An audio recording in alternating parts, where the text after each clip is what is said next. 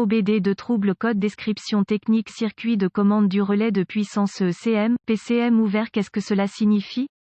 Ce code de diagnostic DTC est un code générique de groupe motopropulseur, ce qui signifie qu'il s'applique à tous les véhicules plus récents de 1996, Honda, VW, Ford, Dodge, Chrysler, Acura, Audi, GM, etc. Bien que génériques, les moteurs diffèrent entre les marques et peuvent avoir des causes légèrement différentes pour ce code. D'après mon expérience personnelle, une condition de non-démarrage accompagnera très probablement un code P0685. Lorsque ce code est stocké dans le module de commande du groupe motopropulseur PCM, cela signifie qu'une condition de tension faible ou nulle a été détectée dans le circuit qui alimente le PCM en tension de batterie. De nombreux véhicules équipés d'OBD2 utilisent un relais pour alimenter le PCM en tension de batterie, tandis que quelques-uns n'utilisent qu'un circuit à fusible. Les relais sont généralement de conception à 5 bornes. Une alimentation constante de la tension de la batterie est fournie à la borne d'entrée principale. La borne de terre est mise à la terre à la masse d'un moteur ou d'un châssis. La borne d'entrée secondaire est alimenté en tension de batterie via un circuit à fusible. Lorsque le contacteur d'allumage est placé dans le esperluette cote, on esperluette cote. Le quatrième terminal est la sortie du PCM et le cinquième terminal est un fil de signal pour le réseau de zone de contrôleur CAN. Lorsque le contacteur d'allumage est placé sur la position ON, une petite bobine à l'intérieur du relais est alimentée. Cela provoque la fermeture des contacts à l'intérieur du relais, complétant essentiellement un circuit fournissant ainsi une tension de batterie à la borne de sortie et par conséquent au PCM, symptôme étant donné que le code P0685 est généralement accompagné d'une condition de non-démarrage, l'ignorer ne sera probablement pas une option. Si ce code est présent et que le moteur démarre et fonctionne, suspecter un PCM défectueux ou une erreur de programmation PCM.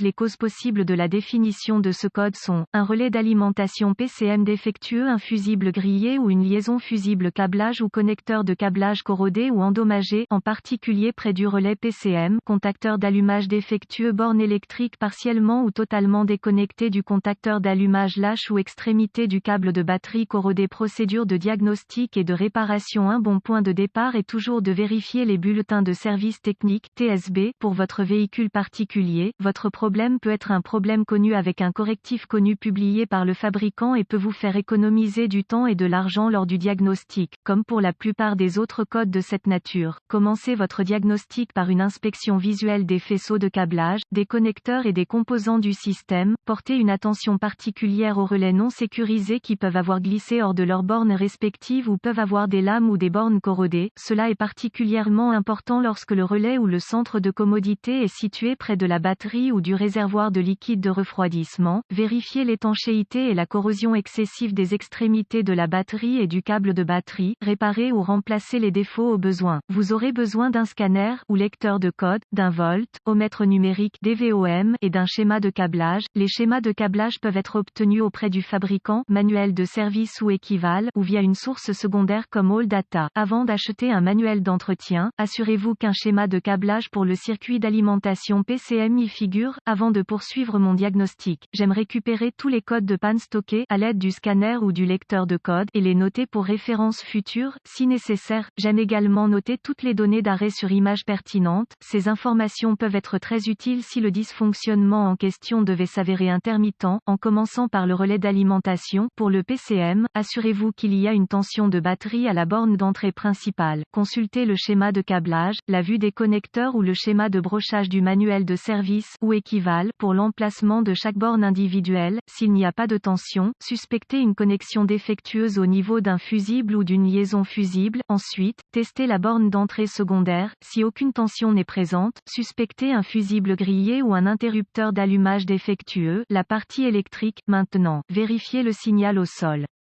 S'il n'y a pas de signal de mise à la terre, vérifiez les emplacements de mise à la terre du système, les connecteurs de cloison du faisceau, les masses du châssis et les extrémités des câbles de batterie. Tous ces circuits sont normaux. Testez la tension de sortie sur les circuits qui alimentent le PCM en tension. Si ces circuits n'ont pas de tension, suspectez un relais défectueux. Si des signaux de sortie de tension sont présents, testez la tension du système au connecteur PCM. Si aucune tension n'est présente, commencez à tester le câblage du système. Assurez-vous de déconnecter les contrôleurs système du faisceau avant de tester la résistance avec le DVOM, réparer ou remplacer les circuits ouverts ou court-circuités au besoin, s'il y a une tension au niveau du PCM, soupçonner qu'elle est défectueuse ou rencontre une erreur de programmation, les références au Esperluette-Cote, contacteur d'allumage Esperluette-Cote, dans ce cas se réfère à la partie électrique uniquement l'échange de relais identiques, numéro correspondant, pour les tests peut être très utile toujours remettre les relais à leur position d'origine, en remplaçant le relais défectueux par un nouveau relais lors du test des fusibles du système, assurez-vous que le circuit est à la tension maximale.